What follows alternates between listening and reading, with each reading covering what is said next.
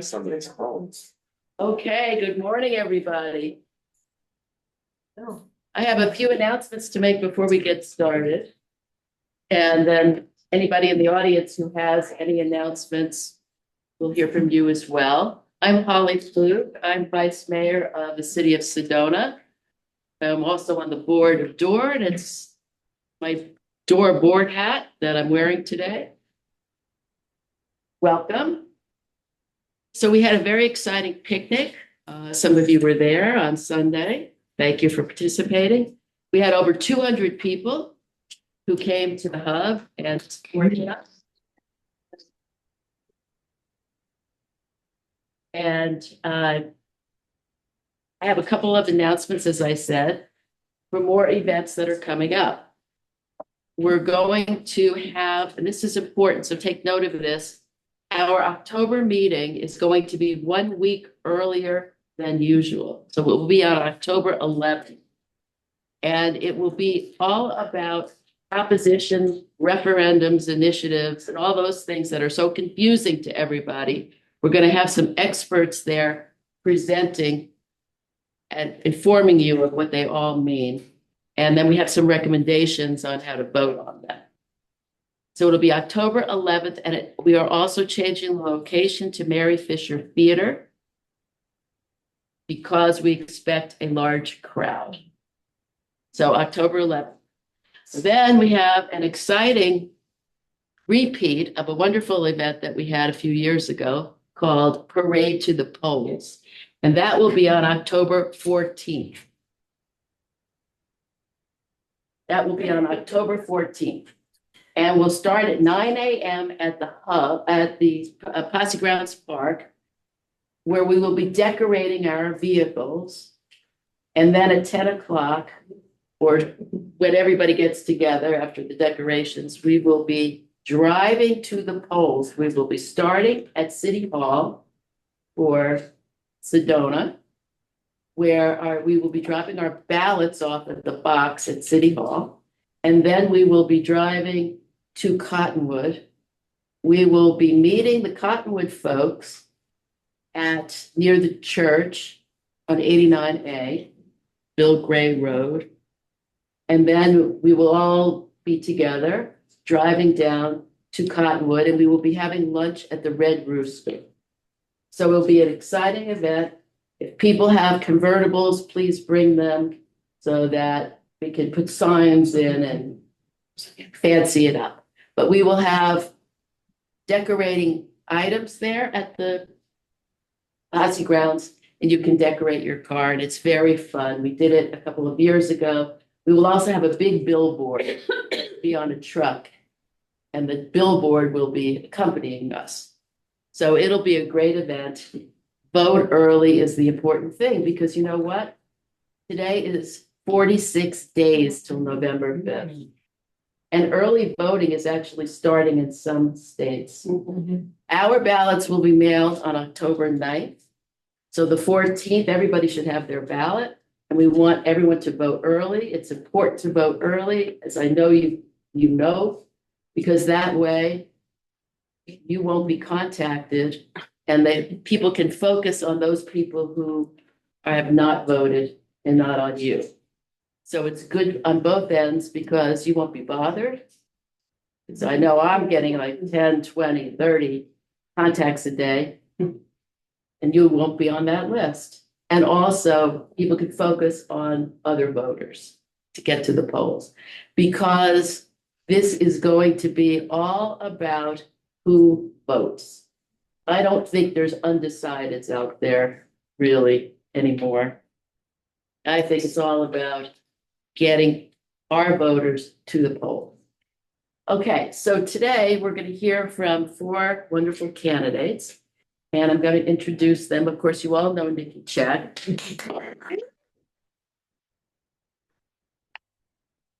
We supported Nikki very early. Nikki had a Democratic primary. We came out very strong for Nikki, and she was extremely successful.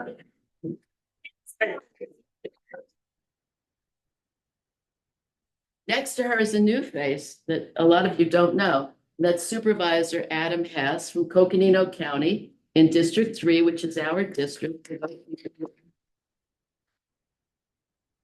Adam was appointed by the Board of Supervisors to take Matt Ryan's place when Matt Ryan resigned at the end of 2023.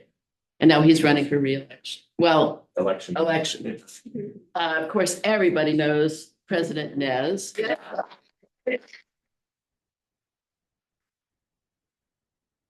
And at the end is a new face for you too, and this is Tim Stringham. And Tim Stringham is actually from Maricopa County, and he's running for recorder.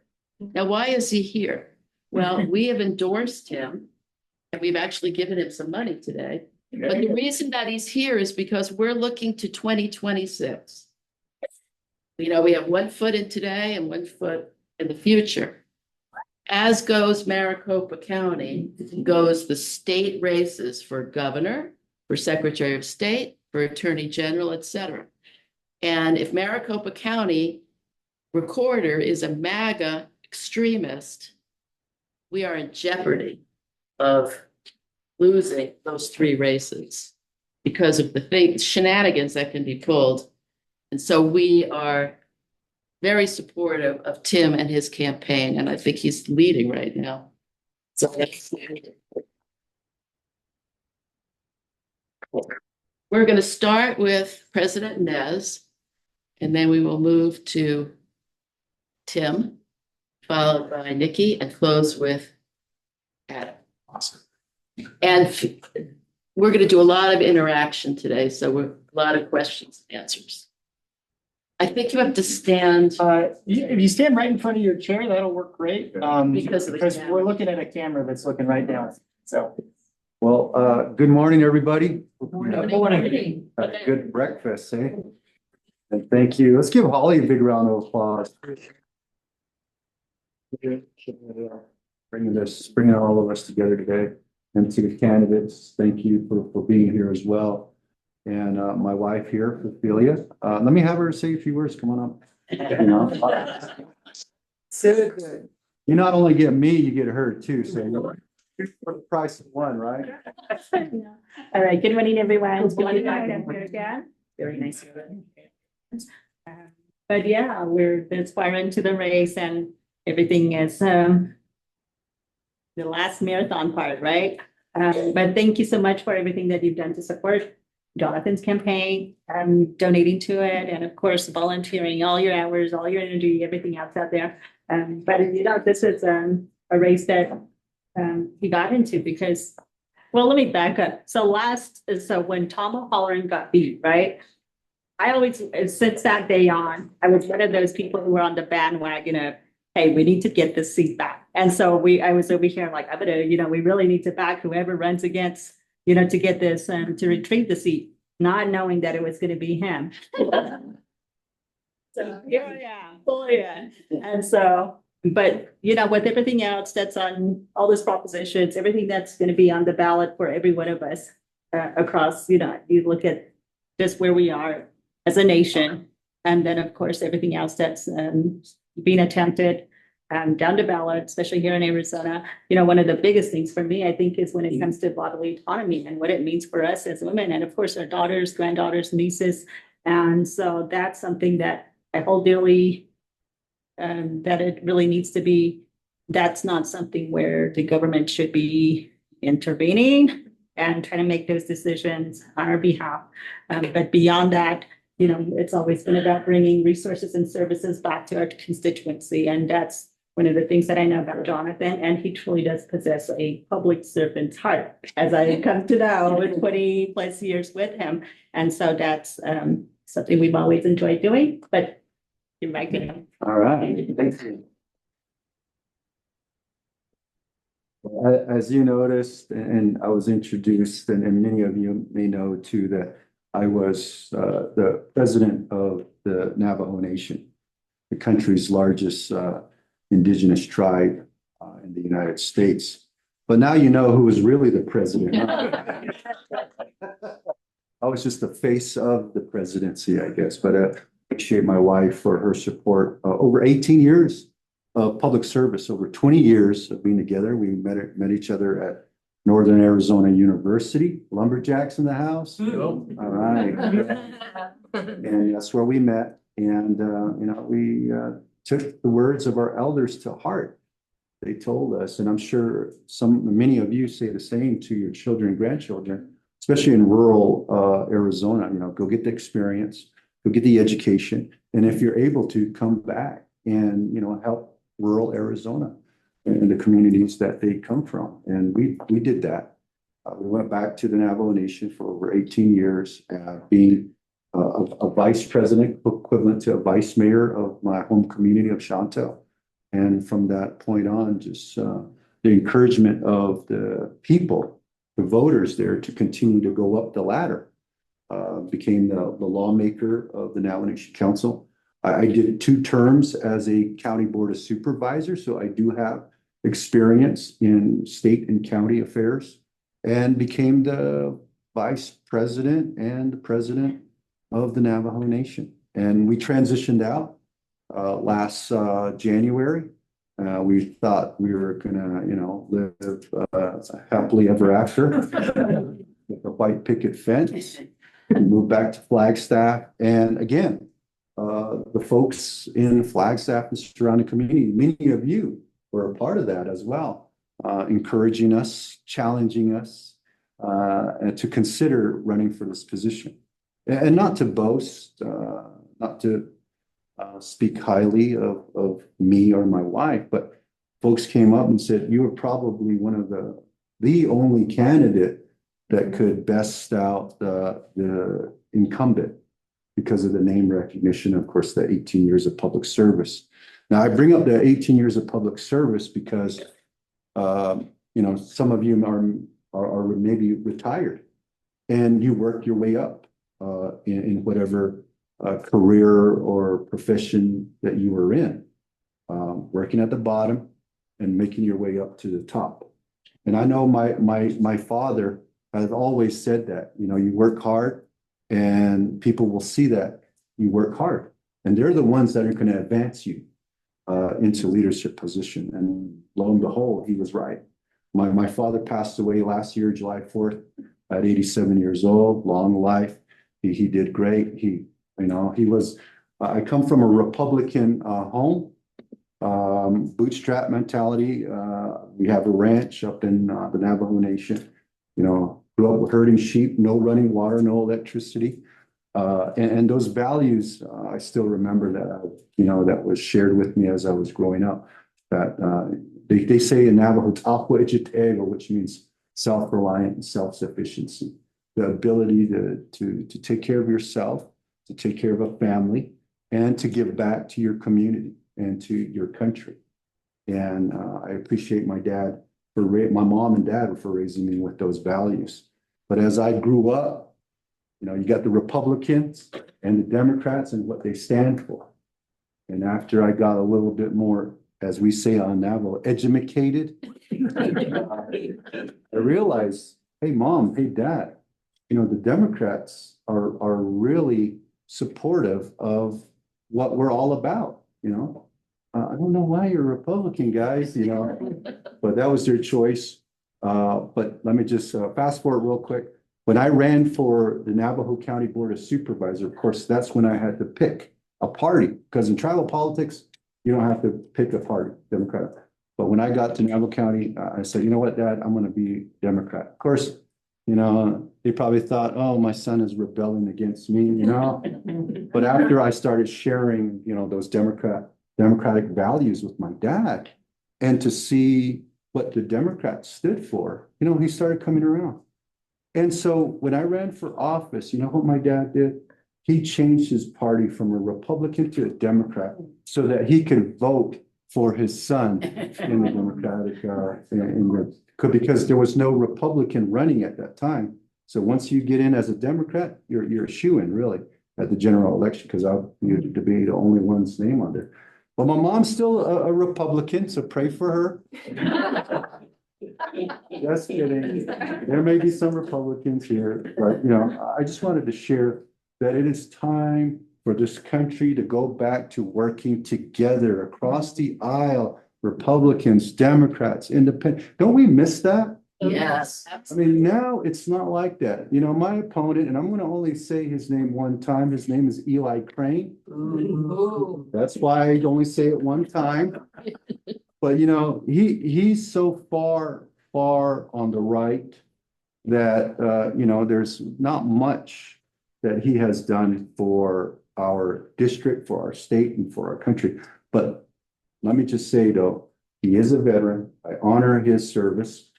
But we also need to recognize that there are some issues, important issues in our communities. You know, my opponent and all the US House of Representatives, I'm sorry to have my back to you all. You know, they get a share of dollars, each representative and each senator. And they call them earmarks, you know, that's the bad name for it. We recognize.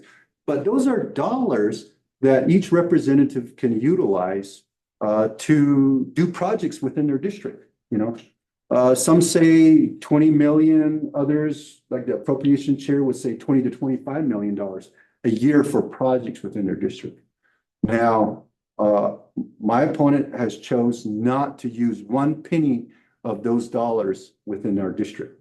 And he's been in there for a year and a half. So 2 years of appropriation, which could amount to 50 to 60 million dollars that just poof is being utilized somewhere else because it doesn't go back into the coffers. It still gets utilized somewhere in this country in someone else's district. It could be in Matt Gates's district because they've been always running around together, right? In Florida. No wonder why they're always hanging out together, you know, or even in New York or other places. And I recognize that many of us are, you know, fiscally conservative. We want to not put a big amount, a deficit on our children, our grandchildren, right? I get that.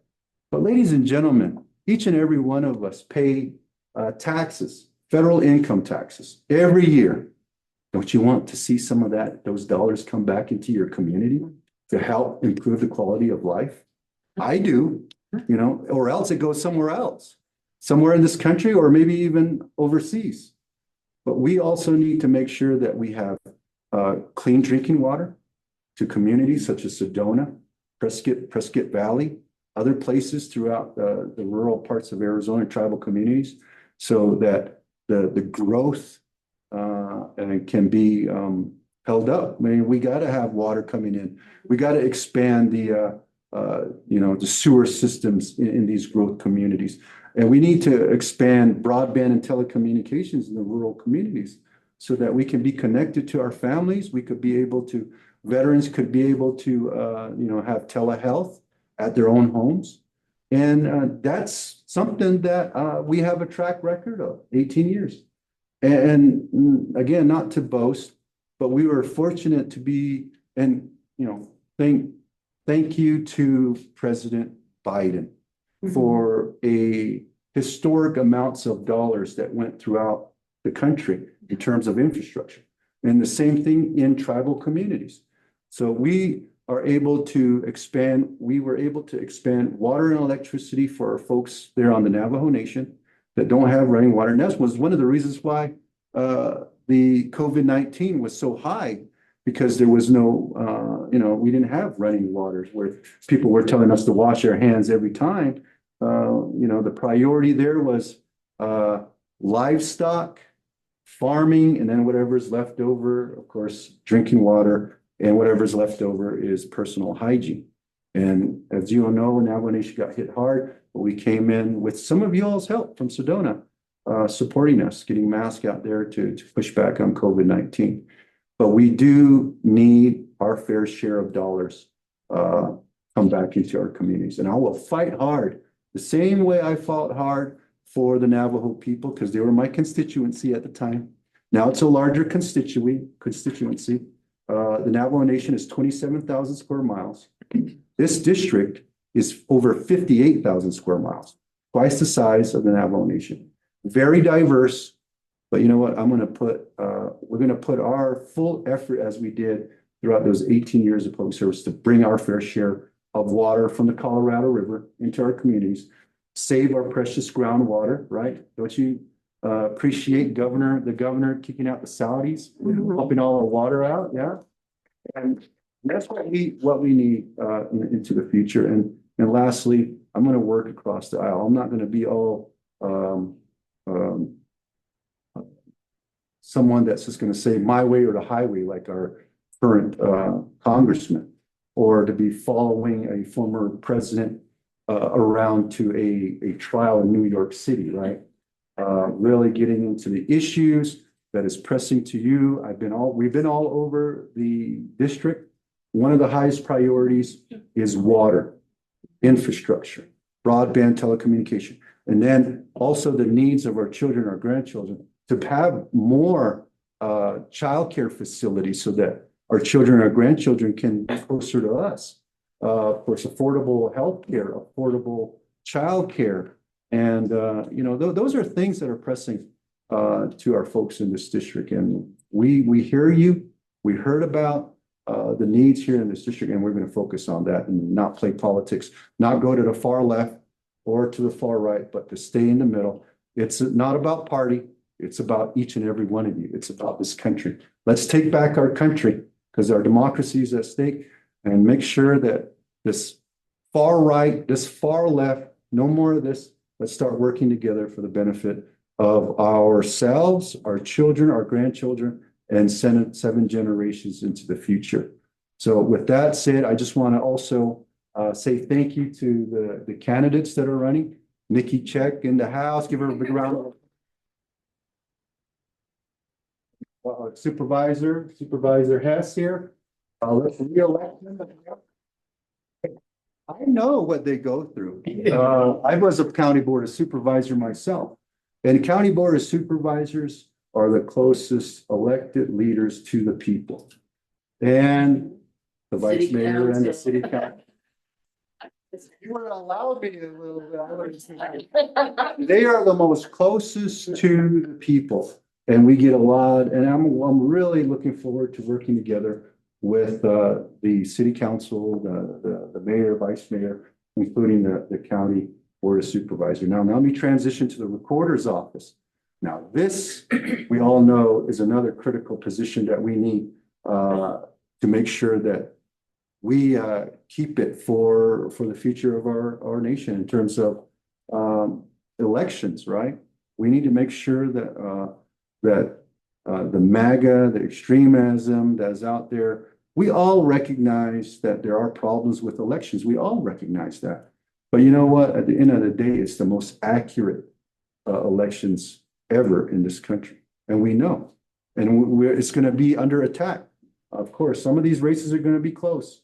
I hope mine's not going to be close. So help me out. But there's going to be some races that are going to be close. And we also need to make sure that we put in people that are going to protect your votes as well.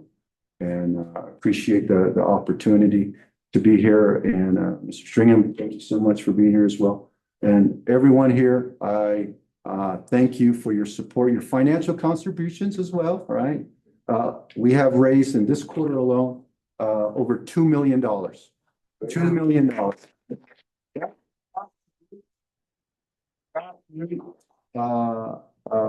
Support from each and every one of you. I don't have the DCCC's backing yet.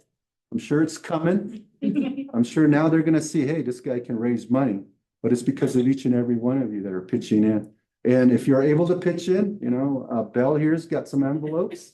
Got to do my commercial, and help us out, because we take the seat, we can keep the White House, we can keep the Senate, and we can flip the U.S. House of Representatives. Yes. Just imagine what we can do. We'll do questions at the end, but before you sit down, what can we do to support your efforts going forward in the next 46 days or less? All right. Well, I appreciate folks putting up signs and calling, texting, door to door, and just letting the folks know that we need somebody that's from this district. No, my opponent doesn't even live in this district. Did you know that? He lives in Tucson, Oro Valley. he didn't grow up here. I grew up, I'm your neighbor, right? Flagstaff, Navajo Nation. Pretty much know much of the issues here, and just letting folks know, even our Republican and independent friends know that, we can elect a common sense representative to the House to fight for everyone, not just the people that voted for me, but for everyone. And that includes our children, our grandchildren, and into the future as well. Thank you.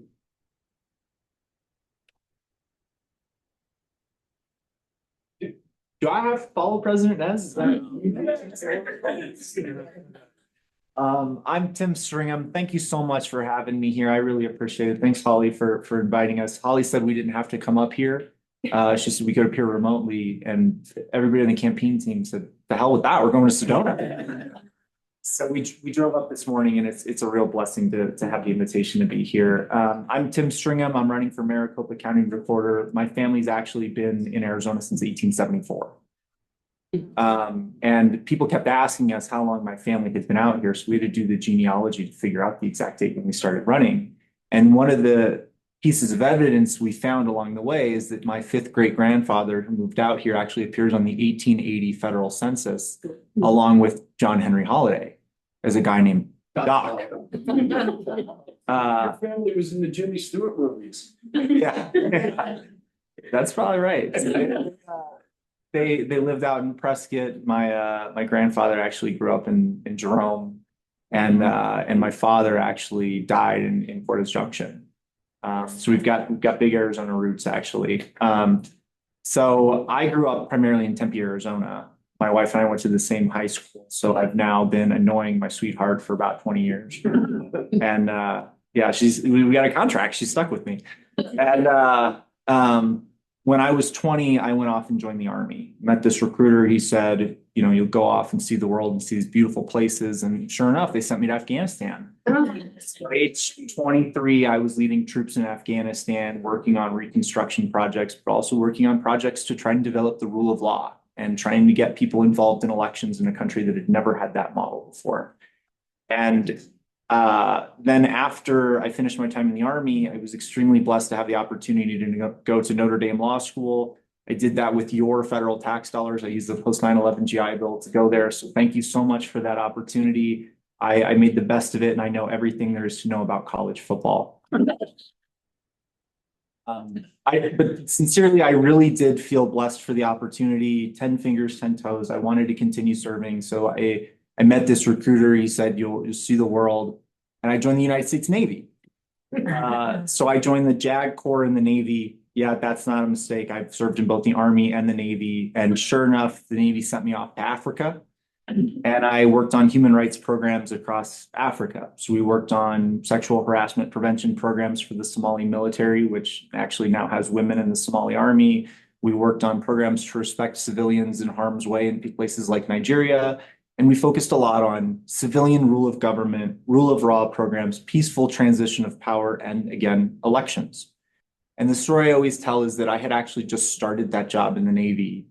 Moved there over the Christmas holidays at the end of 2020. My wife was actually here for the holidays in Arizona while I was getting settled. And January 6th happened. And I was working on democracy programs 10,000 miles away from home. I remember sitting in a hotel wearing a naval officer's uniform with an American flag on my arm, representing democracy to countries overseas. And I listened for 3 hours to silence. What speaks out to me, what really I remember, is that for 3 hours, the commander-in-chief had nothing to say. Yeah. And he is not a quiet individual. He's not quiet at 2 a.m. when he should be asleep. The guy was on Twitter making tweets. The guy's not quiet at the defense stand while the judge is asking him to be quiet. This is someone who has never stopped talking in his life, but for 3 hours, he had nothing to say. And then after we finally regained control of the situation, he went on his Truth Social platform and he called for the termination of the Constitution. And I spent that time wondering what my constitutional duty was to my oath.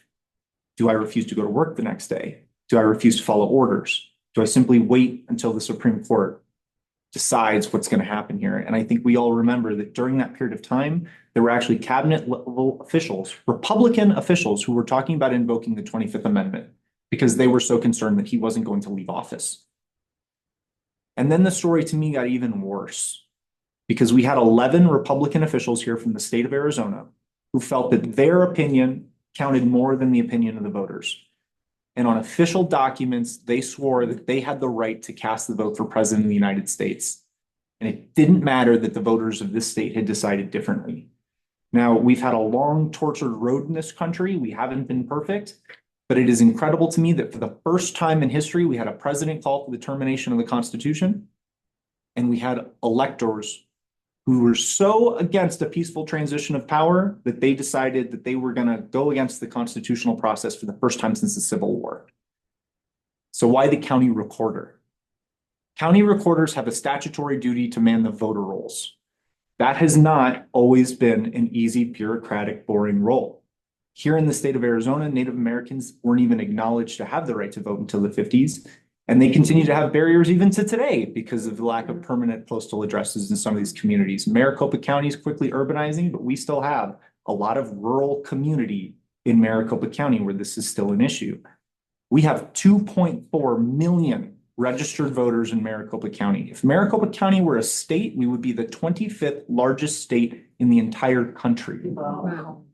In a state where presidential elections are now being determined by a factor of just 10,500 votes. We've had votes in this state decided by 280 votes. We now have had a congressional primary decided by 39 votes this cycle. 39 votes. Now, in the state of Arizona, my father and grandfather were Republicans.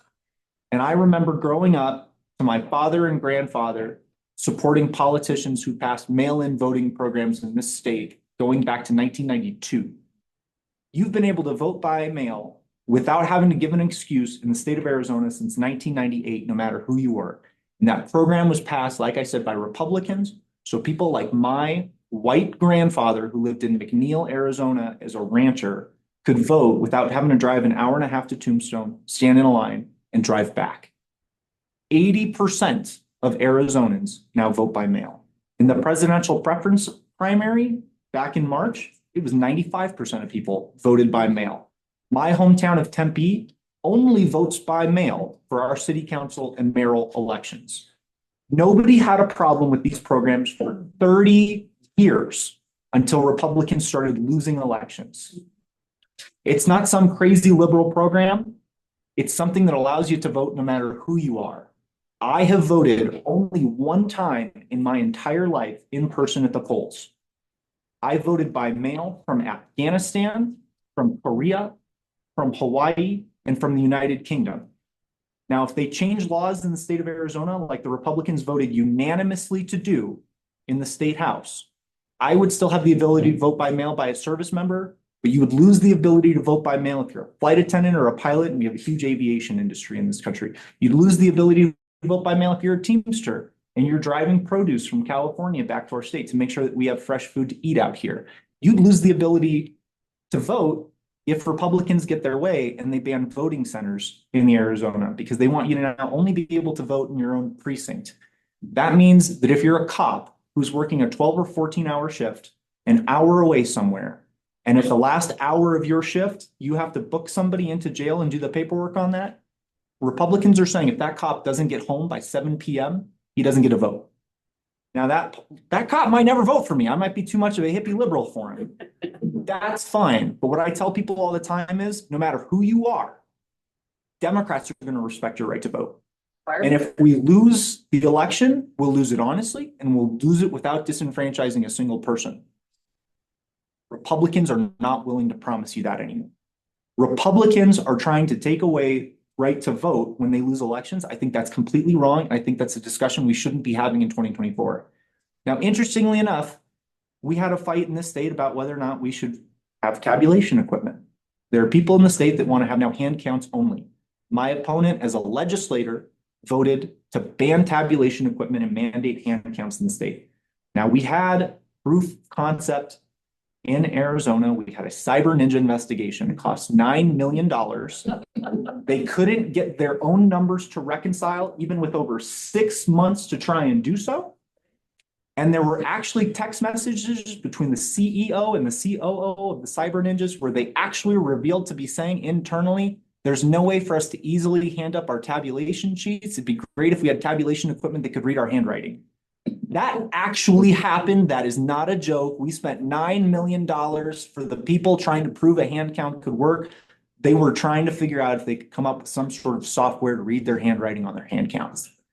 Now, funnily enough, there was a journalist who back in March, when Republicans took this vote to go to hand counts, decided to take a look back in Arizona history and ask, when is the last time we had a hand count only election in Arizona? The last time in Arizona that we used no tabulation equipment, would anybody like to hazard a guess? 1864. 1880. Started using tabulation equipment in 1882, which means that if you want to talk to somebody who took part in an election that's hand count only in Arizona, you'd have to ask my 5th great grandfather and Doc frickin' Holliday. We can have disagreements in the state of Arizona, but we can't go back 150 years every time we're upset that we lost an election. We can't go back 150 years in time. That's absolutely ridiculous. And I always tell people, I'm fine with moderate Republicans. I think that's fantastic. I'm fine with the legacy of Republican history we've had in the state. But when I look on my ballot in Maricopa County for Republicans that are moderate, I can't find any. And to get from John McCain to Carrie Lake, you do not move to the right. That is not an issue of partisanship or philosophy. You move in a downward spiral. And I think that's what you're getting to with Eli Crane.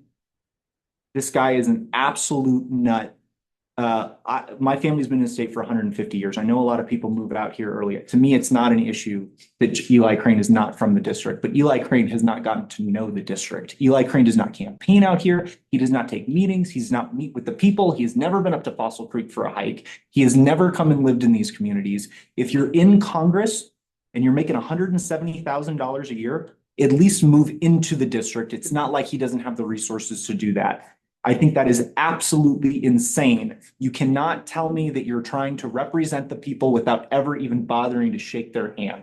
So absolutely, we need help in Maricopa County. I'm happy to take all the help you can get, but to be introduced from the former head of a sovereign nation, to my knowledge, if Jonathan Nez is elected, he will be the first Native American to represent Arizona in the United States Congress, despite the fact we are the state with the largest Native American reservation in the entire country. He would be the first person, correct me if I'm wrong, Mr. President, the first person to be the head of a sovereign nation to serve in the United States Congress. This is an absolutely historic candidacy. I hope everybody's out working hard for him. This has been the honor of my life to actually just stood here next to this man. So thank you so much for your time. I appreciate it.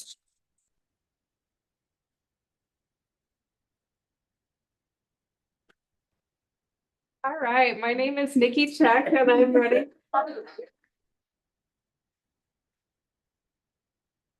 It's great because I feel like I mostly know the people in this room and you mostly know my story. So I might be able to talk about some different things today, which is exciting.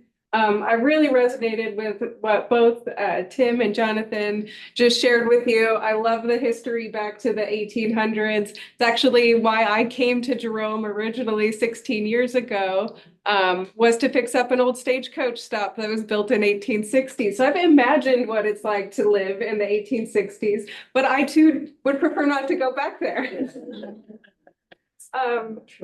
Just a tiny little bit about me. I was born and raised in Yavapai County in Prescott, and moved to Jerome to fix up that old house. Got a sweet labor gig working hand hoeing Bermuda grass for Merkin Vineyards in 2008, which led to a 13-year career in the wine industry, mostly planting and engineering and installing vineyards. And also educating people who had a dream that they wanted to see realized. So I was very proud to be the founding director of the Southwest Wine Center at Yavapai College. And it's my honor to see, my former students now having vineyards of their own, tasting rooms of their own. double gold medals of their own and really pushing an industry forward that's sustainable. It's cool. Our kids want to stay here and participate in it. It's those kinds of visions that I really want to support as your next county supervisor. And there's a lot about what Jonathan said too that I relate to. Being a farmer, being a very practical person, trying to solve problems that are just on the ground. In the middle of, launching the Southwest Wine Center, there were a couple openings on the Jerome Town Council, and I got my arm twisted a couple of times and started my political career, if you will, as the volunteer night job from hell. No, I love Jerome. Jerome is a group of very opinionated individuals who are not afraid to show up and speak their mind. And I think they really, I cut my teeth on the political process pretty well in that tiny little town. They trained me up. And those were nonpartisan issues we were solving. It was all about fixing the water lines, trying to figure out how to scrape up enough money to fix our water tanks and leveraging grants and, working together. That's how I met the former supervisor, Chip Davis. We worked together to get the sidewalk installed in between town and the 300 level parking lot that now has solar panels that shade. It's all about being able to share in somebody else's vision. And I would say that that's the biggest strength that I bring to this race as a supervisor who really wants to serve everybody, serve every constituent. And, if you look at the race that I'm currently in, well, first of all, thank you, DORR, for getting me through that first race. I don't think I was the only one surprised to see such strong numbers in my primary election. I won almost 72% to 28% over an elected incumbent.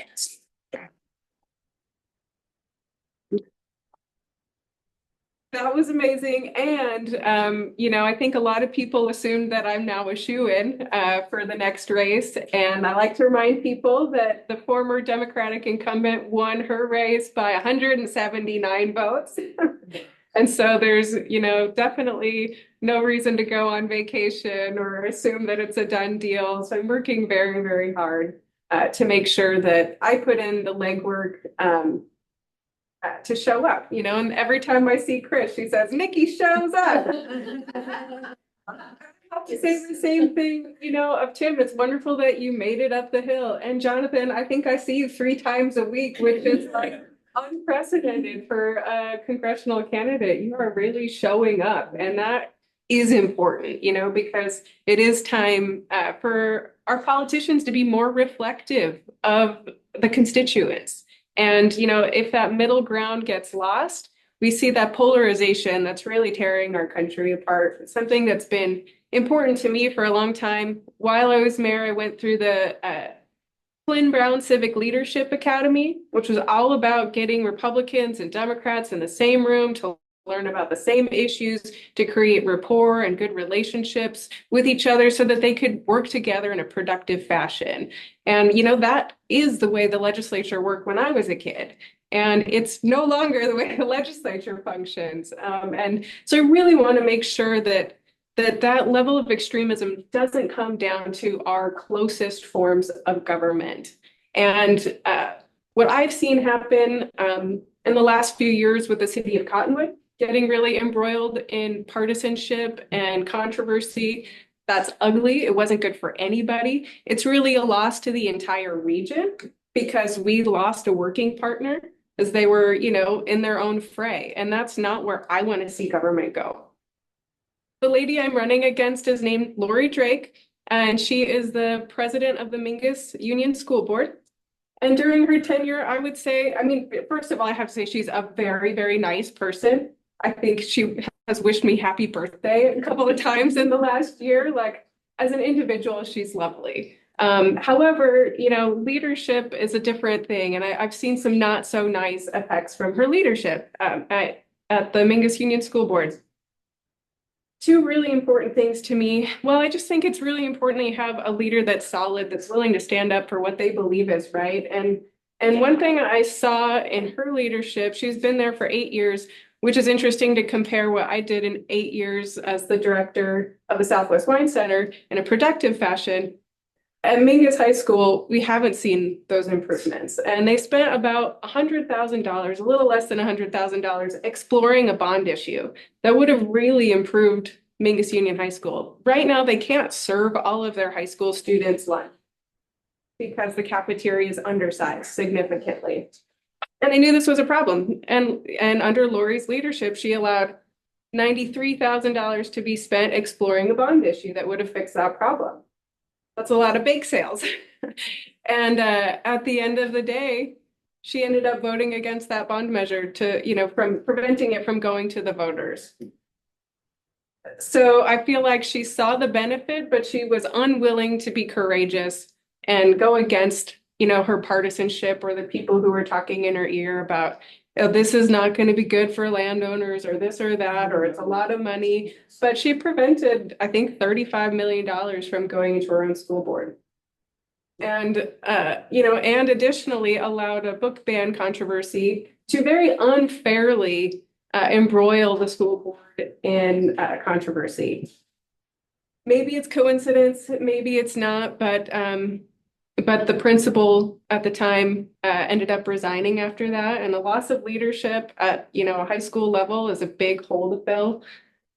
Those are effects that are really not nice, no matter how nice of an individual you are. I think we need better leadership at the county level. So I try not to go too negative, but I feel like that's an important facet of how we're distinguished by each other in this race. And showing up is, again, a really important thing. She decided to not show up to the League of Women Voters Zoom call that was scheduled for September 30th. And because she decided that she couldn't attend or reschedule, they decided to cancel it. So the constituents of District 3 don't get to hear about the candidates in this race. I'm really, really hoping that she'll show up to the community pulse that the Sedona Chamber of Commerce has organized the morning of October 9th. And this is a great opportunity because it's not a forum, it's not canned questions, it's live action from the audience. People get a minute, a couple minutes to say who they are and their platform, and then they can hear from the audience. So if you have questions for us, I really encourage you to attend. That'll also be at the Mary D. Fisher Theater the morning of October 9th from 8 a.m. to 10 a.m. They'll have coffee and donuts. But I wouldn't be surprised if I end up there alone, because that's generally how Republicans are getting elected these days, by staying quiet, by shrinking into the shadows and not being there to answer questions and, solve problems and work through the difficulties that are involved with being a political candidate.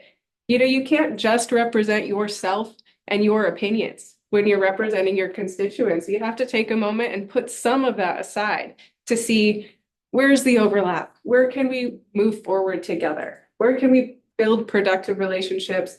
And I really see that there's an opportunity for us to do that here in District 3. It takes a lot of extra work because we have very unique communities from Perkinsville, Quail Springs, Sedona, Jerome. I mean, we're a unique bunch of folks that have different visions, and also the Yavapai Apache Nation for sure. And so to be able to spend time and show up in each of those communities, get an idea of what's important to each one, and see where the path forward is together is really my goal.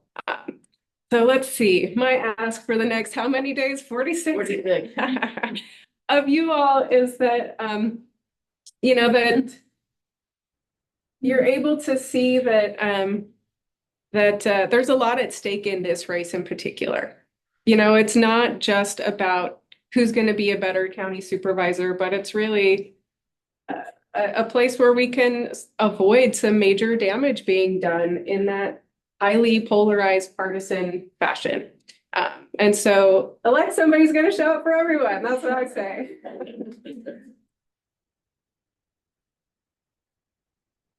I have just a small window to fundraise a little bit more money also. So I'm hoping to have, what I need together by September 30th.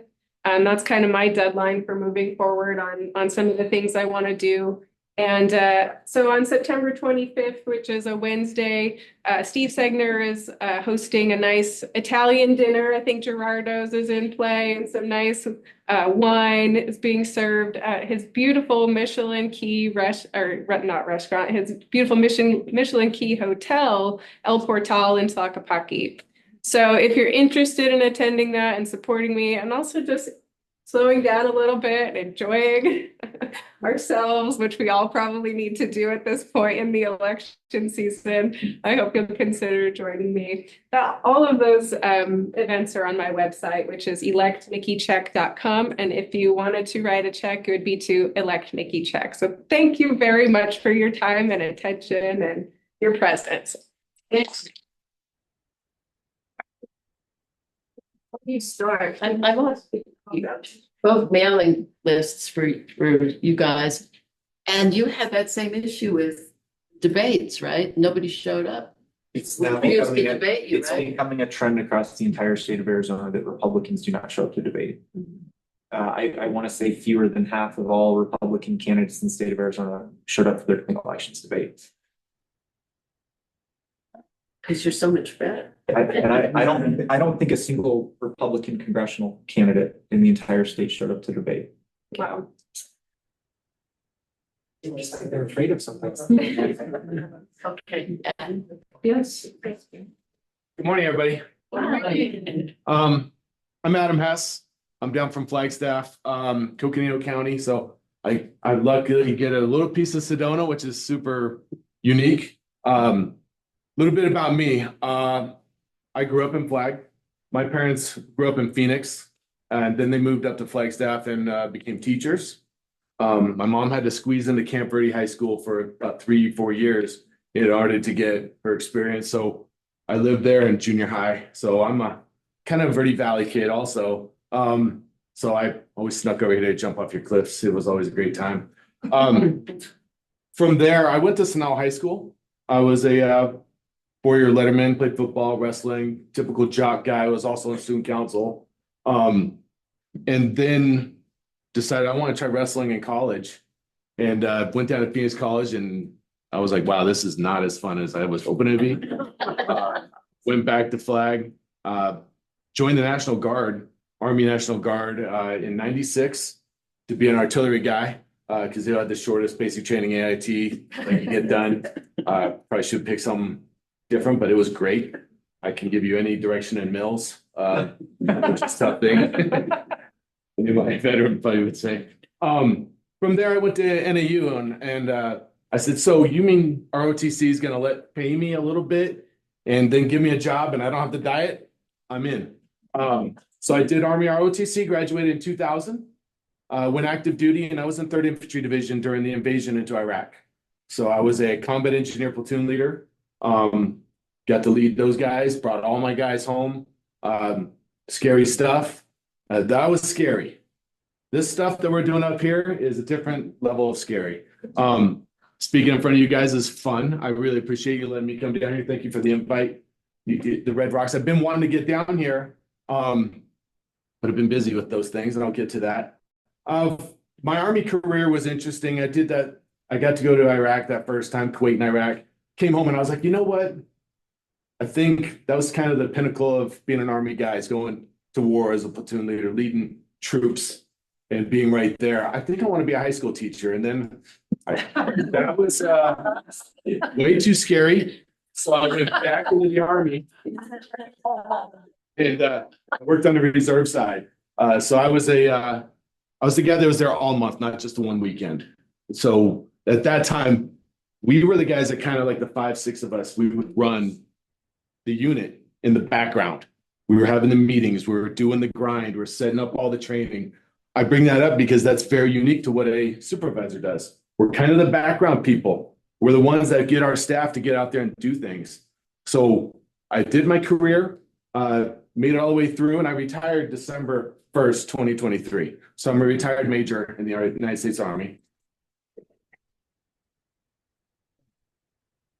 So I served for 27 years, got to serve our country.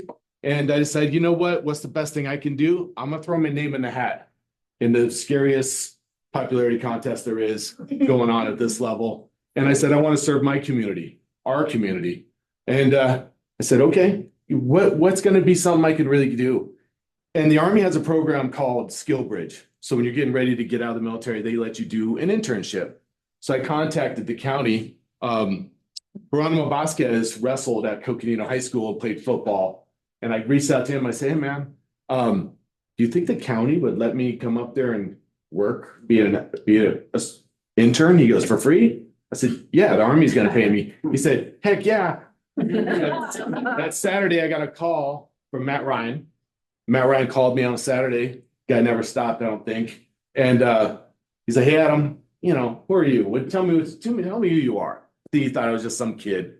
And about 45 minutes later, he's saying, wow, let's make this happen. You need to look at doing something like this. And I think your skills will translate. So I got to come up and do 3 months with the county. They put me in all kinds of different spots. I've got to learn a lot. The county, Coconino, as you guys know, is the second largest county in the United States. So it's vast, but we only have 150,000 people approximately, and split up to 5. Matt Ryan retired December 31st. I retired December 1st. I applied for the job. I signed out of the Army on November 27th, and then I had an interview on November 29th. So no rest for the weary. I got told December 5th I got the job, and I started working January 9th. So I really haven't stopped going, and I've been going and going, trying to figure out the job. The mayor was talking to me about, why aren't you getting down here more? I said, Scott, I'm just trying to survive this. There's a lot to learn. This is a big county, and county is county first, you know, and then we start looking at all the districts. So it's what we have to do. So I've been pushing, I've been learning, I've been knowing as much about the Navajo Nation as possible, getting out there. There's a bunch of veterans out there I want to reach out to. I connect to a lot of great veterans that leave the military and don't ask for help. And I think sometimes, especially in the Navajo Nation, they're prideful. You guys don't ask for help very much. Some of my good friends are that. I want to go out there and talk to them. I want to get out there. This year's been tough. The budget, going through budget this year. Ooh, talk about trial. That was a new level of pain. But we made it through there. We actually dropped our budget. We actually lowered it. We actually have the lowest property taxes in the state. So we're really prideful of that. We have some we really push forward. We know what our people are going through. I know what our people, I've been in Flagstaff since 76. My dad had me. When he was in the Air Force, my mom had me, and then we moved back. So I've been there almost my entire life, except for the Army keeps dragging me away. So I say that to tell you, I come local. I don't come with a silver spoon. My parents were teachers, and if you know, teachers ain't making a whole lot of money. In Flagstaff, it equals a lot less. I live on a 10-acre plot of land out in Belmont now with my parents. We're doing the compound thing. So they have their own little house. I have the big house with my kids. And then we have a big 40-by-60 shop because my dad's a metal shop teacher. So we had to have that. So we've got the dream come true. I live where I want to be. I didn't know what I was going to do when I got out of the Army.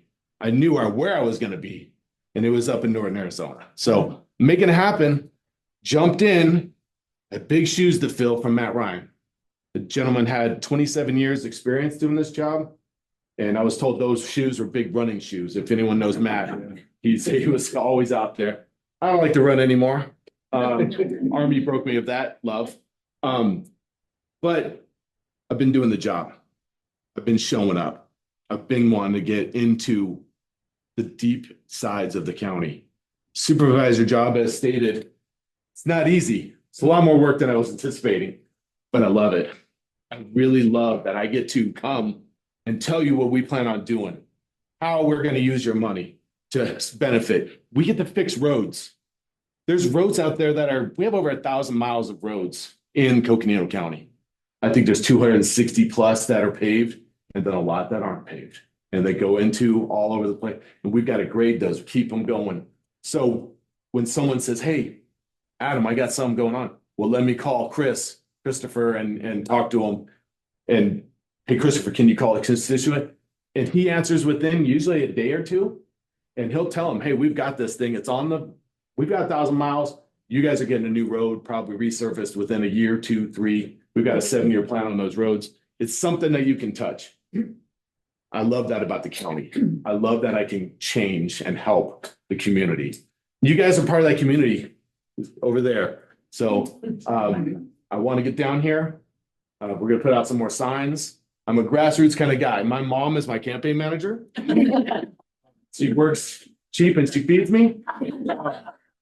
So we put out the signs. I'm not doing a lot of stuff. I really try to go a lot of digital. I don't, whenever we're at the board meetings, I look all my computer. I don't have the big folder with everything on there. I don't do that because I'm trying to save the planet. I do it because it's easier and it's better. I adopted a dog from the High Country Community Center, rescue dog. He's not my dad's dog. He's only ran into the porcupine 3 times now. He's the smartest dog I met, but he doesn't learn about porcupines. But I didn't do that because I want to virtue say I did that because I wanted a dog. I wanted a dog to protect my mom at night to bark and scare up anybody. And then I wanted someone my dad could pal around with. And he does. He follows my dad around to Adam, whatever. I'm hanging out with Jim Hess. So I do those things. I do that because I walk the walk. I don't talk to talk. I walk and I do that and I'm here. And I just want to serve our community. That's all. I don't plan on climbing the ladder. I'm never going to be trying to compete at this level. I came to Flagstaff. I came to Belmont. I'm home. I'm going to do this job as long as I can. As long as you guys keep voting for me. And if you guys can get the word out for me, that's all I ask. Know that Adam Hess is a real person. I'll fight for what's legally, morally, and ethically correct. That's it. If it doesn't fit those criterias and it doesn't help our community, I'm not going for it. With that, we have to break some eggs to make that omelet. So I'm not gonna always be on everyone's happy side. Everyone up here understands that. And I got big shoulders, I can carry that. I can take that weight for you. So that's all I can say.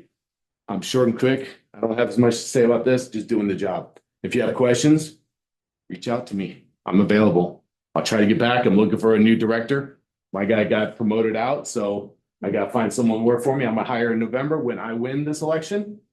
And we'll keep it going.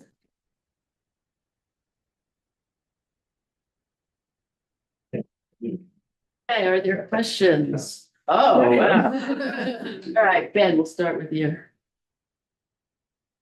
Jonathan, I looked online, I couldn't see anything regarding polls. Now you're doing in the race. Do you know where you stand? Well, yes, we did do an internal poll. Of course, an internal poll is just us, right? Wish we could have others do an external poll. But an internal poll, they're packaging up the findings. They did a focus group in Prescott last Friday, so it's really hot off the press. I did kind of look at some of the items, but one of the surprising results that came out of that is they had the focus group and they didn't know anything about the 2 candidates. But as we were able to give, just like the information I shared with you today about public service and my track record, at the end of the focus group, they were more likely to vote for me because of the 18 years of public service and bringing results, whereas my opponent was handpicked by former president to run for office a couple of years ago without any government or political experience. And you all know that having a network is very important. You build that through the years. In politics, it's the same way. 18 years of public service, we were able to utilize that network and get things done. And at the end of the day, once we, the 2 groups, the people that were shared that information, they will be voting for us. So that said, it is very important that we also get on television.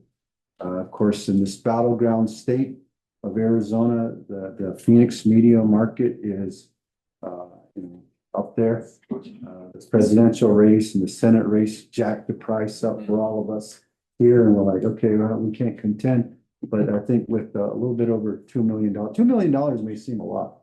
But when it comes to the television and commercial, I know we're all tired of watching all those commercials on TV. Mine is coming out next week, so please watch mine. And yeah, so to your note, I think there's going to be a lot more information that we'll be sharing. We'll share it with you as well from that internal poll. Is your question for John? No. Okay, anybody have a question for John? Mark? We at DORR held our breath till we found out that you were running. And we're very grateful to you and Mrs. Nez for doing that. You mentioned something that is of concern to me, that $25 to $50 million had not been spent from the earmarks.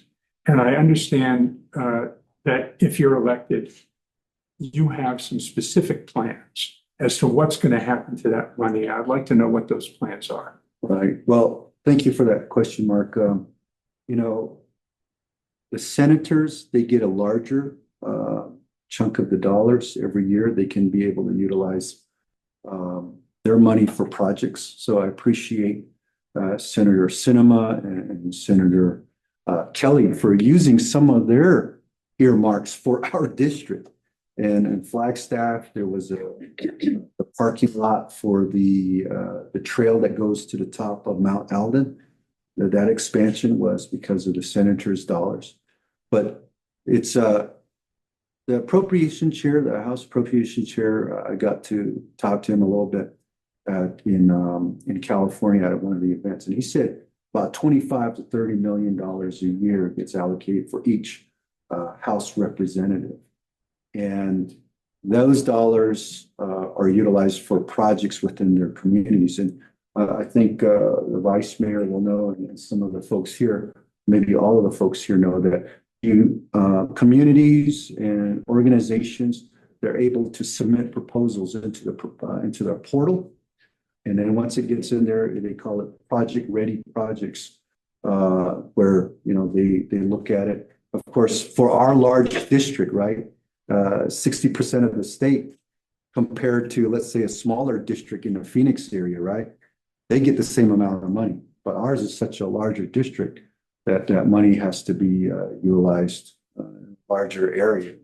But those projects that get into there, they are ranked by the staff. And then, of course, at the end of the day, it is upon the representative to say, hey, these projects with probably matching dollars would be the best projects in the district. So, you know, I know that there is projects that have been developed in the Flagstaff area for the flooding, and also down in the city of Maricopa for a clean water treatment facility as well. Those are examples of what those dollars can do. I hope that answered your question. It does. Thank you. Thanks, Mark. Okay, Steve? Yeah, this is for Adam. Adam, I got two questions for you. Yes, sir. One, who are you going to be running against, and what briefly can you say about your opponent? And the second one is, do you know if any money from the infrastructure bill that was passed is getting into Coconino that goes to Arizona from the larger infrastructure plan? That one, I would have to ask our finance people. I'm not too sure. There's a lot of grants that are coming in, that are coming in. So exactly where that funds are coming from, where they're going. I mean, we've got stuff coming to the school board that we're spreading out through the entire, county. So I'd have to look into that and get with me afterwards, and I'll definitely look that up for you. And I can ask the question to our guys. You notice I didn't say anything about my running mate, or my opponent, I should say. Not because I don't like her, but because she's actually a really nice person. We've talked and we made an agreement.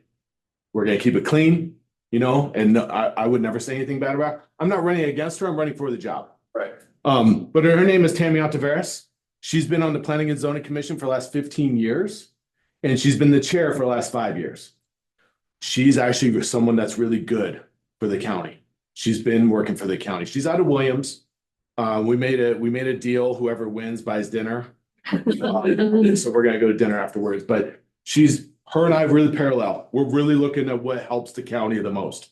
If you look at what she says, she's not crazy out there, and I'm not crazy out there. We're both centrist. We just want to take care of the community. And we both follow. We're both worried about the sheriff department. We want to do what's right for the law enforcement. We're both worried about the forest fires and the flooding that can happen. But we've all lived through that. Bill Williams Mountain, right up the hill from you guys, is a mountain that we're spending a lot of time and effort to make sure it's safe. Because if that mountain did catch fire, and the following flooding would be 6 feet of water, I'm 6 foot, coming through Williams, and it would be about $800 million worth of damage that would wipe out Williams.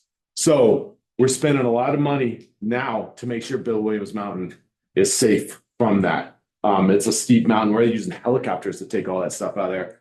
But Tammy's also looking at that. We've actually had to work some of the zoning things that she's had to be part of the Planning and Zoning Commission.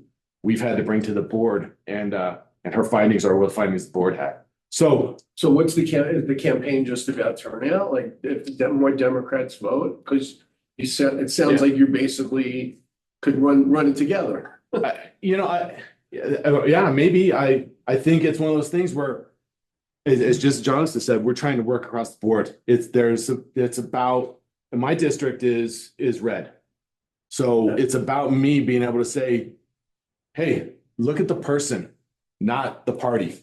I know I'm talking to all party people here, but I hope you look at Adam Hess and say, you know what? Adam Hess has 27 years of military experience. He grew up in Flagstaff. He cares about the community. He came here and he wants to do this. This job makes less than I could probably make. All of us could make more money doing other things. We're not doing this to get rich. We're doing this because I want to help the community. I would take a loss to make sure my friends and family and my neighbors are safe. I don't know what her resume says to that aspect, to that point. My point says, this is what I bring to the table.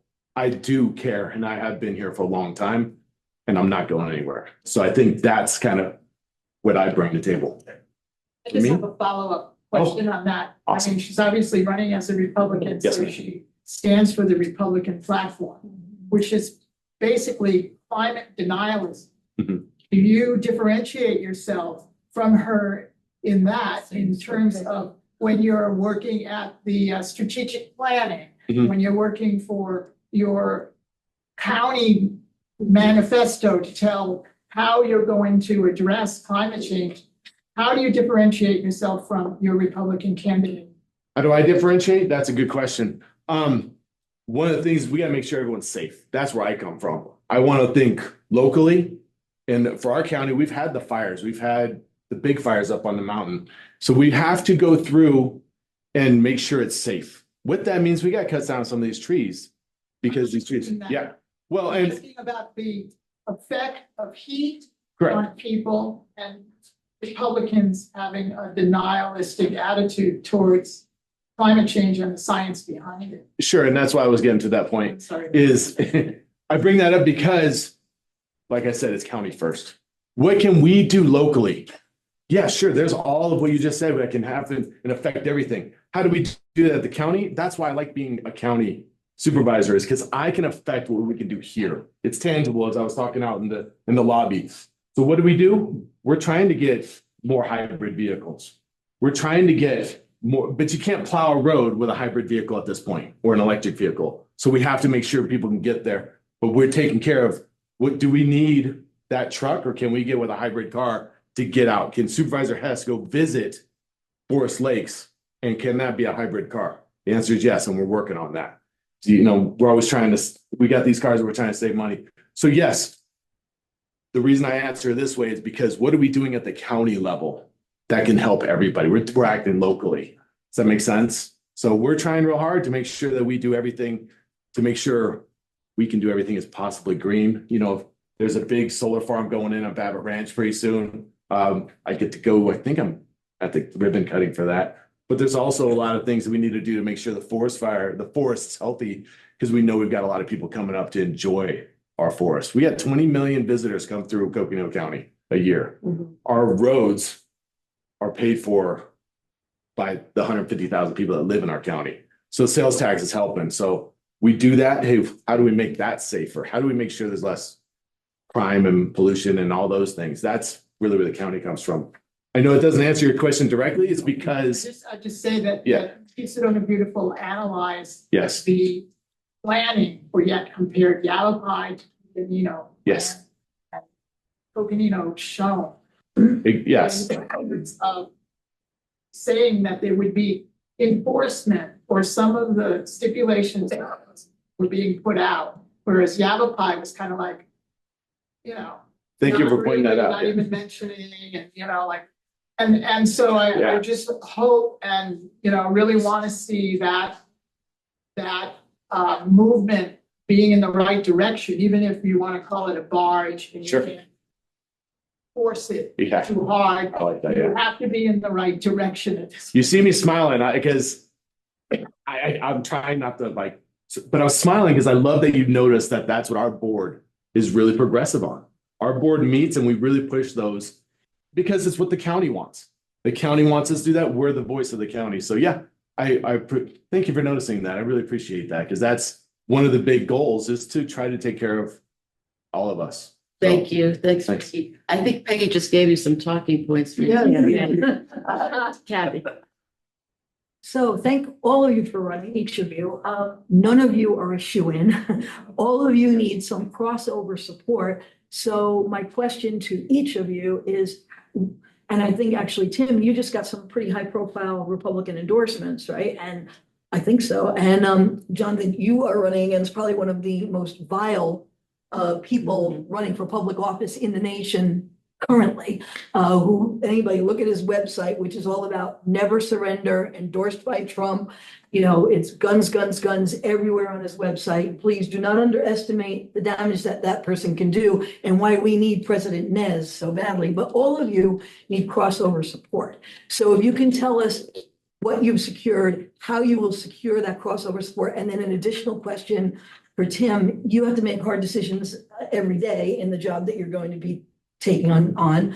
But one of the most difficult decisions probably for you is, do you root for Army or Navy in the? I'd like to know the answer to that.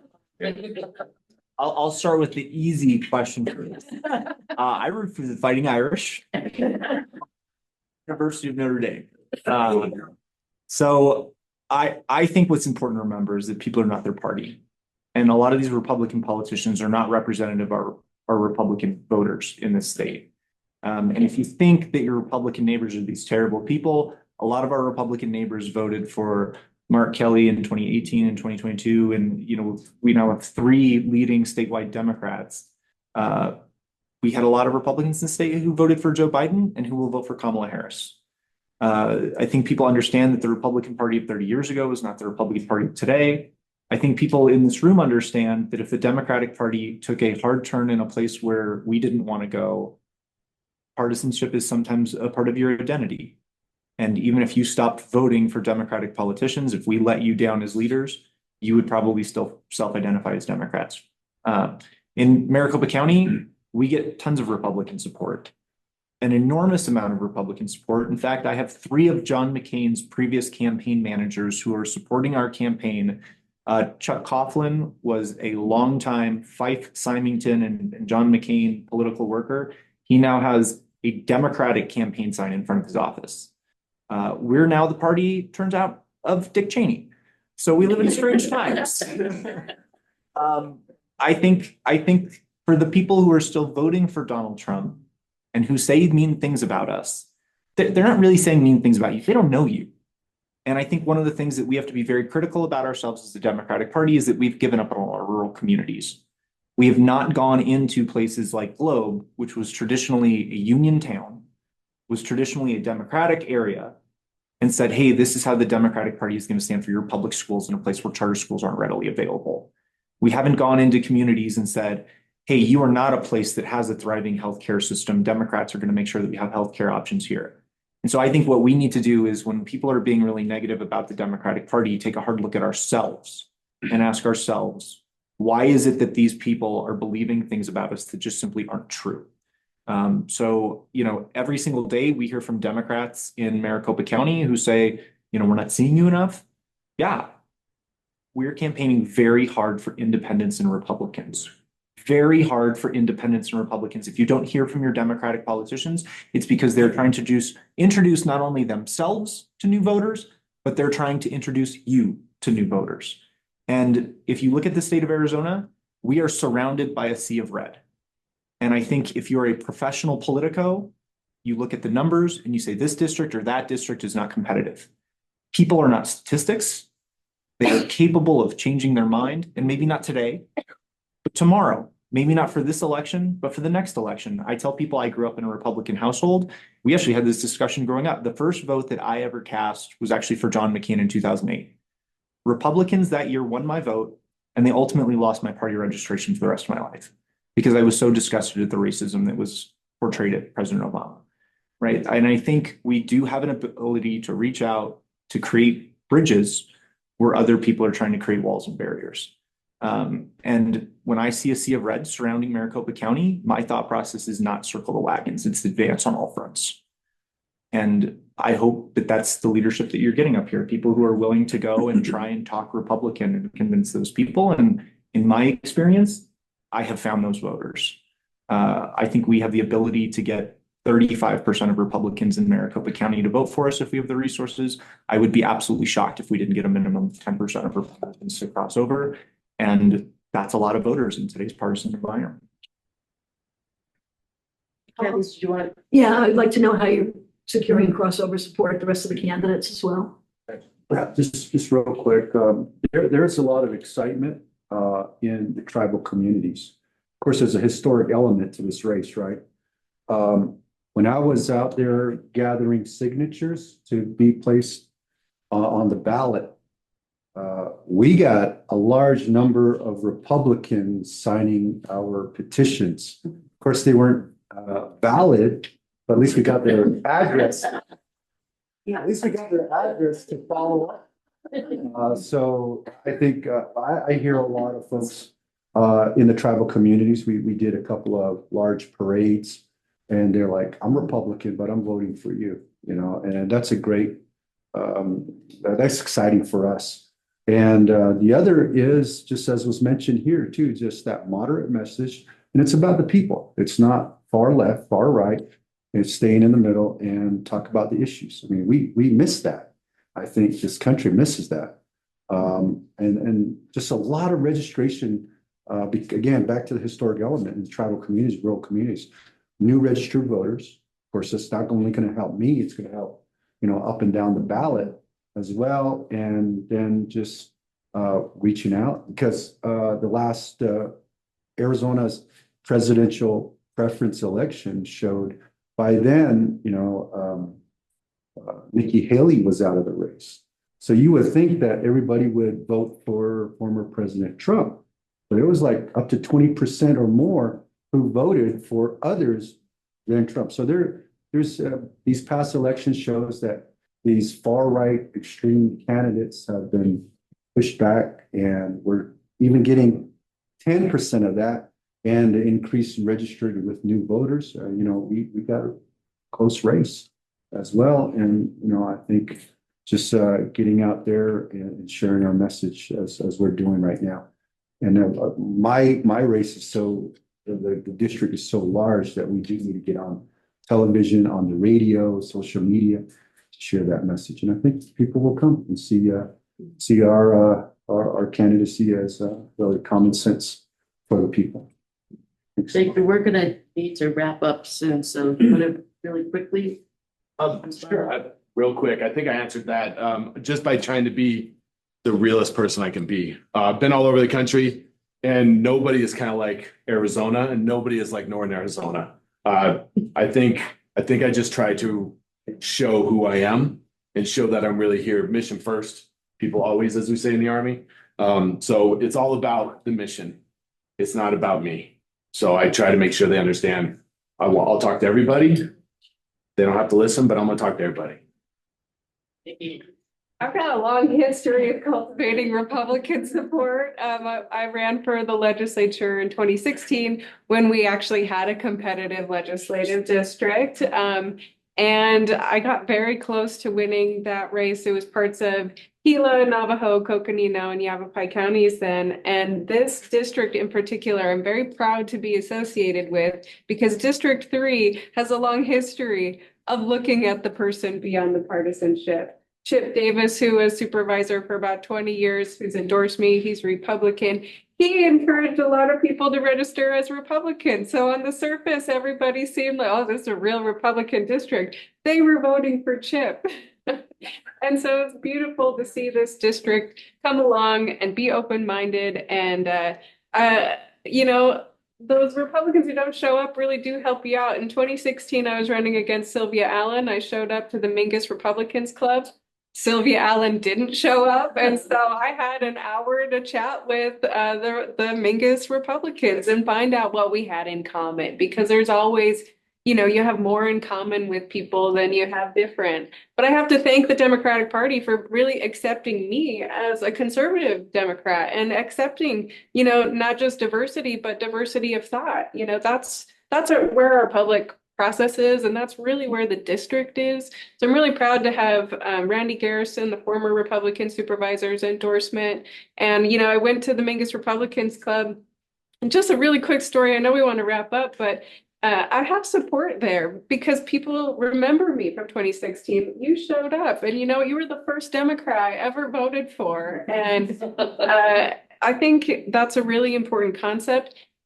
My opponents, campaign manager is a woman named Lucy Wheat who works with the Yavapai GOP. She showed up to a Republicans meeting where I was at, and she yelled at the crowd and admonished them. If anybody in here is endorsing the other candidate, I ask you to rescind your endorsement. There is no reason for you to vote for anybody else except for the Republican candidate. That sounds more like a religion. That's not encouraging diversity of thought. And it's a big turnoff to Republicans. So that's kind of my approach. Thank you. I would add, I forgot, there's a former state executive director of the Republican Party who is going to be voting blue down the ticket this year. I mean. Yeah, Shelley, do we have any questions from the online audience? No, we had just had quite a few people commented on how they really loved all the speakers, but I do have one comment for Nikki. On your website, the Italian dinner, you have 2 dates on there, the 25th and the 28th. Somebody asked about that. So if Okay, you thank correct you. that, please. Yeah, I will. It is on the 25th, and I will change that as soon as I get home. Yeah, somebody asked about it and then you answered in your comments. So I just wanted to let you know that you just need to correct your website. But Thank you. yeah, I mean, just real quick, what remarkable speakers with depth and history. So admire these representative dedication and passion for preserving Arizona voting rights. They deserve all the support we can gather. And then great clarification on the issue of environmental concern is the main difference in Republican versus Democratic point of view. Who we elect is so important for our representatives going forward, and it does no good to be too polite. That's a good one. Okay, Michelle, we'll end with you. And then I have an announcement to make, so don't leave after. Okay, thank you. I'll try to be very, very quick. Thank you to all our speakers. There's one word that I keep missing when I come to these meetings, and that is a word that's very useful when reaching out to our red Republican neighbors. And the words are invest and return. I wish I could hear you speaking about investing in our communities. When we invest in our schools, the return we can look forward to is this. When we invest in healthcare, when we invest in roads, Republicans who like to think of themselves as fiscally conservative like these words, the returns that we can expect. Quick question, I have so many, but I will limit it. A quick question and a request for Tim. Which part of your Army career do you think would serve you best? I also lived most of my life overseas. Which part of your Army or Navy military career as a whole do you think you will be drawing on mostly? as county recorder, if when you become county recorder. And I wonder also, as someone who is from Maricopa County and will be voting in Maricopa County, I understand your campaign manager, Jason, who was here, is running for the school board. And could he be allowed 30 seconds in case anybody else is from Maricopa? Thank you. Thank you, Justine. I mean, honestly, I think Afghanistan, one of the things you learn really quickly when you step into a leadership position is that you're not Pat, you're not Washington. To be a lieutenant is a very humbling experience. You're working, leading a group of professionals who are often older, sometimes better educated, sometimes been around the world 5 times. And you learn very, very quickly to be humble, to put your trust into other people, to focus on the team, to focus putting on people in the right position. And we actually are very blessed with, in Maricopa County, a very robust elections department. Our recorder has over 140 full-time personnel. We have over 3,000 temporary personnel that we bring in for the general election. That is a set of resources that is not had in a lot of the rural counties. Some of the rural counties only have actually 3 full-time personnel in the elections departments. And the way I see my job is to listen to the people in the elections department, listen to the voters, and then run out and be an advocate for them. And so that is very much a lesson that I take from my military experience of how to be humble, how to listen first, not assume that you have all the answers. I think anybody in any business community knows that the very first thing that can go wrong is a boss who thinks they have all the answers. I think the best bosses I've ever had are the people who listened patiently, thoughtfully, and were sometimes a little slow and deliberate making a decision.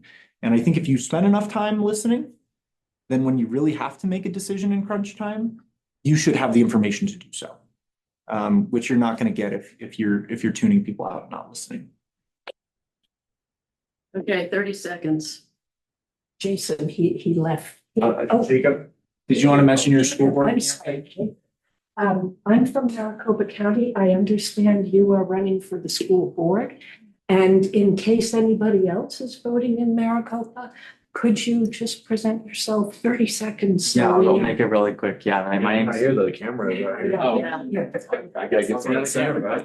Sorry for To the game. Yeah.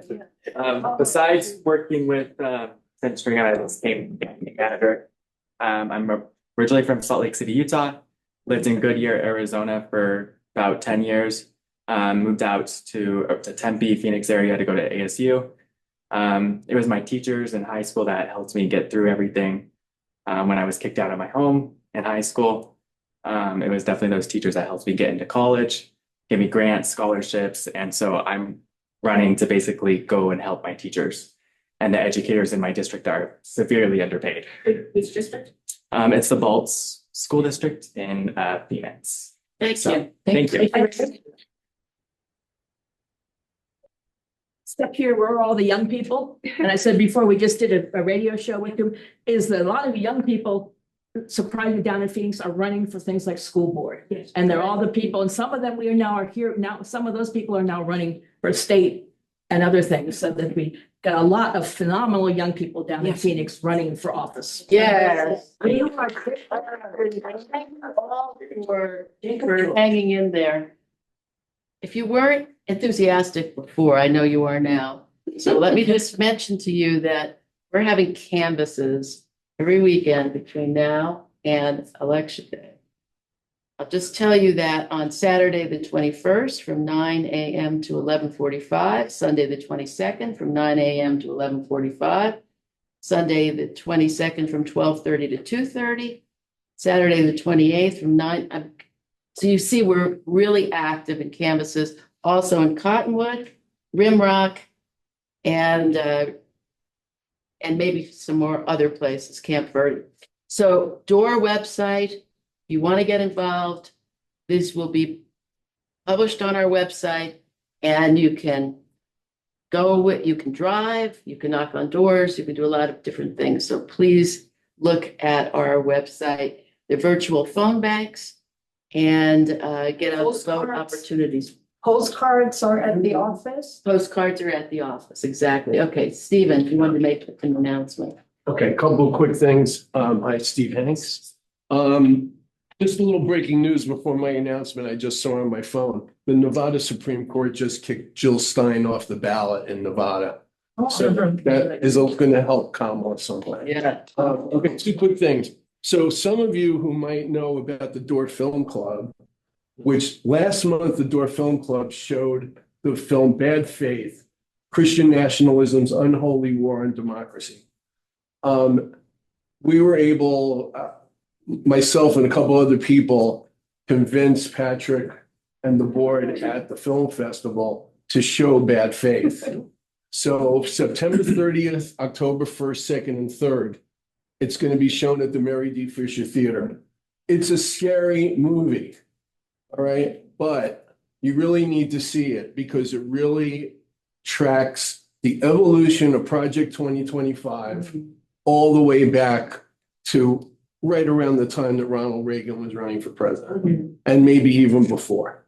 How that all happened and who's behind it. So I really recommend you seeing it so you can talk to other people about it. The other quick thing is, as some of you know, I have a radio show called The Patriotic Progressive on KAZM on Saturday morning between 8 and 9 o'clock. And after the meeting, I am going to kidnap Jonathan and Tim, run them over to the studio to do an interview with them, pre-tape. Do they know that?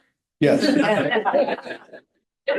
Guys, I'm taking them over to the studio, and that show's going to be on tomorrow between 8 and 9. So it's going to be the first one in a series of like my version of Meet the Candidates, as much as I can do it before the election. So if you can tune in, and it's also a podcast. So if you miss it live, you can find it on podcast platforms. What's the title of It's called The Patriotic Progressive. Okay, which is not a contradiction in terms. Kathy, thanks, Steve. Just a reminder, Holly said it before, but that the DORR meeting is changing next month. It won't be on the regular date. It will be October 11th at the Mary D. Fisher Theater to go over all the ballot propositions. You will receive in Yavapai County a 3-page ballot, and in Coconino, I think it might even be up to 4 pages. It's two 19-inch long, front and back 19-inch, so basically. And just a quick preview, just in case there's anybody who can't make it, this is the cheat sheet. Except for Prop 139 on the statewide props, which is the abortion access, which we are urging you to vote a firm, strong yes and tell everybody. We're urging no votes on the statewide. On the local, on Coconino County and Yavapai County, both have alternative budget expenditure limitation measures that would increase the amount of money that they can spend from the money that the income that they already receive from taxes that would not affect people's income tax whatsoever. It allows the counties to spend the money they get. Vote yes on that for both. 482. What's the prop number? 482. 482, and I don't know the prop number for Yavapai, but it's the same thing. Vote yes for both of those. Yes, if you live in Coconino, yes, if you live in Yavapai. And then, of course, there's local, the Sedona ballot. There'll be a question on the Safe Place to Park program zoning. Again, it's a referendum that was brought on zoning that the city passed that would allow the Safe Place to Park program to proceed. Again, it's to uphold zoning that the city council passed. That is prop number 483. 483. Vote yes on that. So you have 3 yeses, 4 yeses, and then no's. So just wanted to give you that quick cheat sheet. There's one other local one that's on your ballot that hasn't got a lot of things, which is to give the Sedona School Board the ability to possibly sell the Big Park School. It doesn't mean we're planning to sell it, but we need the authority of the voters to consider a sale of that. If to anything that's not a governmental agency, which obviously we don't necessarily want to sell it to a developer, but with it, we need that as one of the options to consider because we can't continue to pay for the upkeep of that building. And that'll be on the ballot depending on your address if you're in the school district. Sedona Oak Creek School For District. Our voters. That's the city, the village of Oak Creek, the canyon. So you have the 5 greater Sedona yeses, area. 5 yeses and a slew of no's. All right, well, thank you all. This will be published on our website in the next couple of days.